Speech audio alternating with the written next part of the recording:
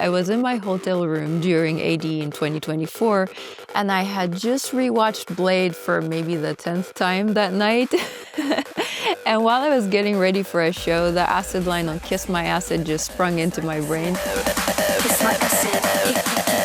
So there is a sound that people associate with Marie Vaunt, which is acid, and I'm pretty sure you guys can tell by the track title, Kiss My Acid.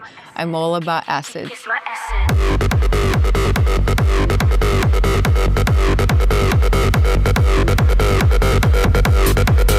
Hey guys, my name is Marie Vaunt. I'm here with Beatport, and today I'm gonna break down my track, Kiss My Acid.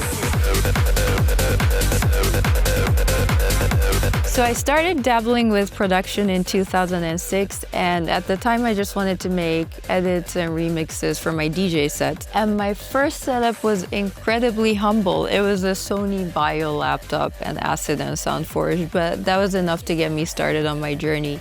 It was a period of intense, trial and error spent mostly in isolation for me, figuring out how to translate the sound in my head onto the computer. And it took a lot to hone my skills and truly understand the craft, but that slow manual grind is ultimately what helped me develop my own sound and intuition.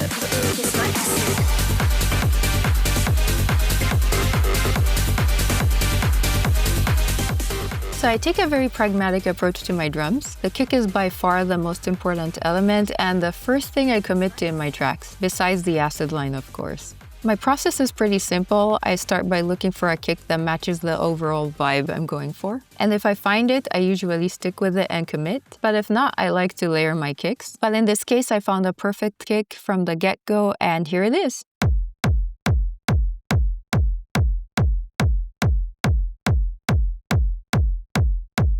Now for the rest of the drums, as you can see, I have a bunch of hat loops, snares, etc. So let's listen to them together.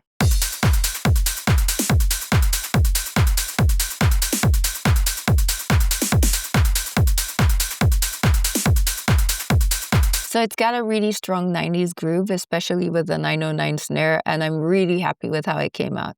The bass is the second most important element right after the kick, and they have to work well together, so I'm very picky with my bass lines. For Kiss My Acid, I made 2 rolling bass lines, a bottom one which carries the body and most of the low end, and a top one that adds a bit of clickiness and texture in the mids. Now let me show you the bottom bass.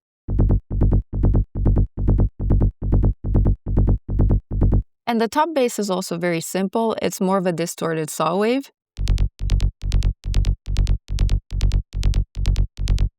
And when you combine both, they really fill up the low end.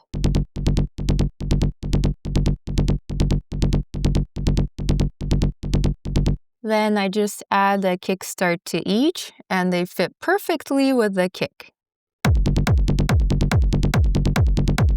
So finally, I send both of the basses and the kick to a bus channel and add a little bit of compression so they glue really well together.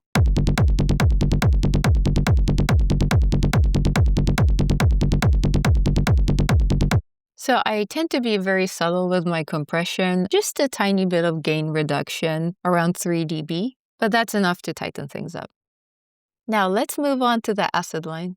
And today I have the TD3 with me with the original pattern that I programmed at AD 2024. So let's have a listen.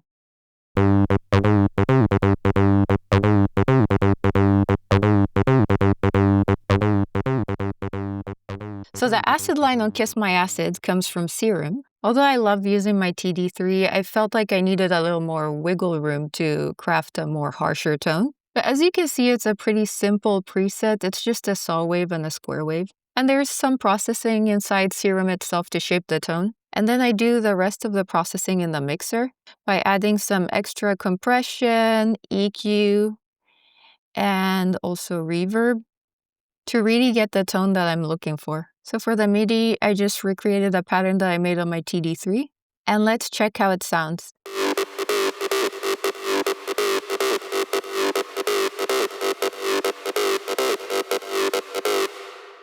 I've also added a little bit of automation. In this case, I'm just opening the filter throughout the drop to create some excitement. And now let's hear it all together.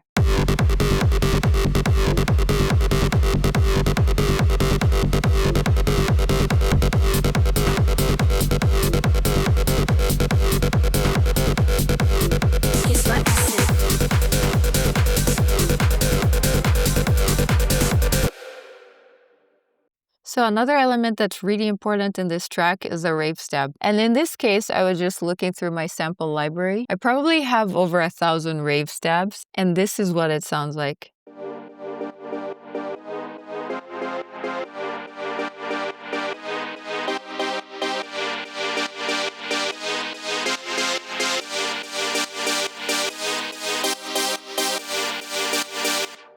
So let's play it all together to see how it sounds.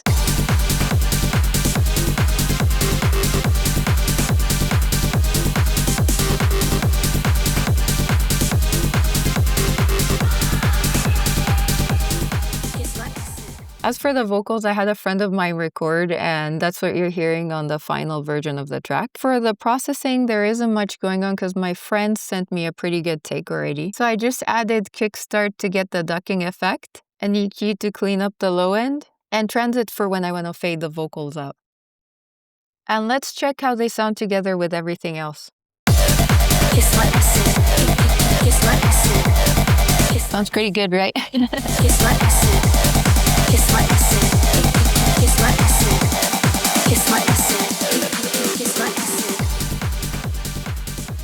So to bring it all together, I added bass cuts and a droney effect that sits in the back, and also a siren that plays during the last part of the drop. And this is what they sound like.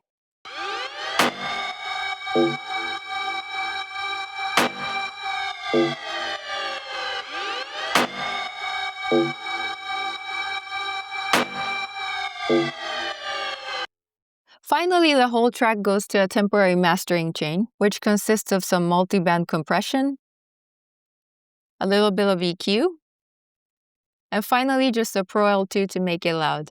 But the actual final masters are done by the Kurai Records engineer, who is one of the most amazing mastering engineers in the world. So if you need a master, check him out.